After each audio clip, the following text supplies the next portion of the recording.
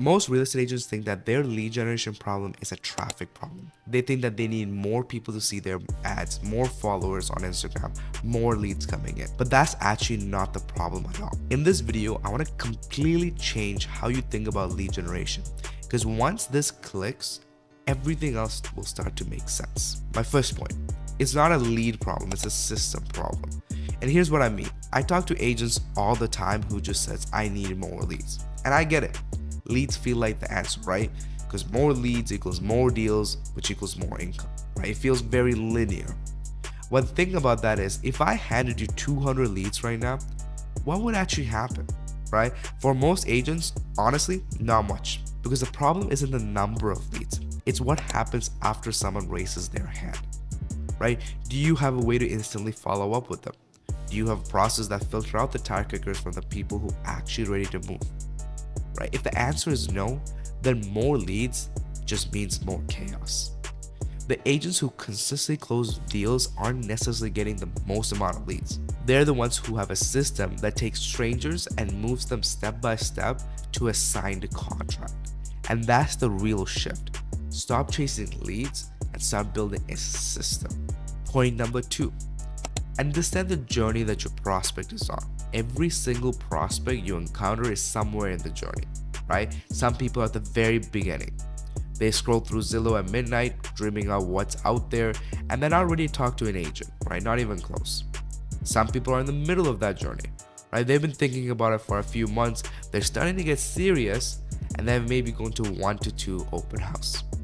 And some people are at the very end, right? They had a life event, right? For example, a newborn baby, a divorce, a job change, and they need to move now, basically. But here's the mistake that most agents make. They only market to the last group, the people who are ready right now. And yes, those people are great. You should be targeting them. But they are also the most competitive leads in the market. Why? Because every other agent is chasing them too. The agents who win long term are the ones who also market to the people in the middle of the journey, right? Not necessarily the very beginning, just the middle people. What happens is these agents show up with value, build trust over time, and when the person is finally ready, there's only one agent they can think of. That's the game, right? Not just hunting people who are ready today, but farming the people who are ready in 90 days from now. My point number 3. Your marketing should work while you are not. Real estate is one of those few industries where the most talented people are also doing the most amount of manual work. Think about it. You're showing homes, writing offers, managing transactions, responding to emails, and trying to market yourself at the very same time.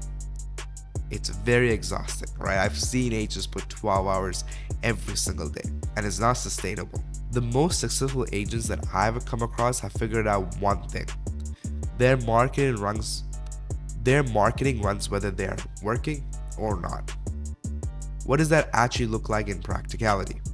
It means having a clear message that explains who you are, who you help, without you being in that room to explain it. It means having content or video that answers their questions your ideal client is already asking.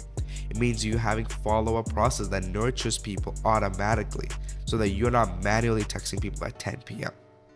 Right? When your marketing is built this way, you stop feeling like you're always behind. Leads are being warmed up in the background, appointments are being booked by themselves, and you wake up to a calendar that's already half full.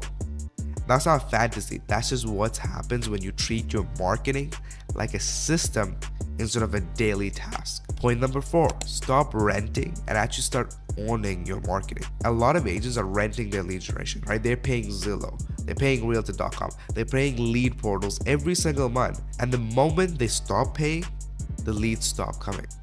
You own nothing because they take away everything, right? You leave a contract, they grab everything, right? Your website, your leads, your CRM, your whole system, and you're left with nothing.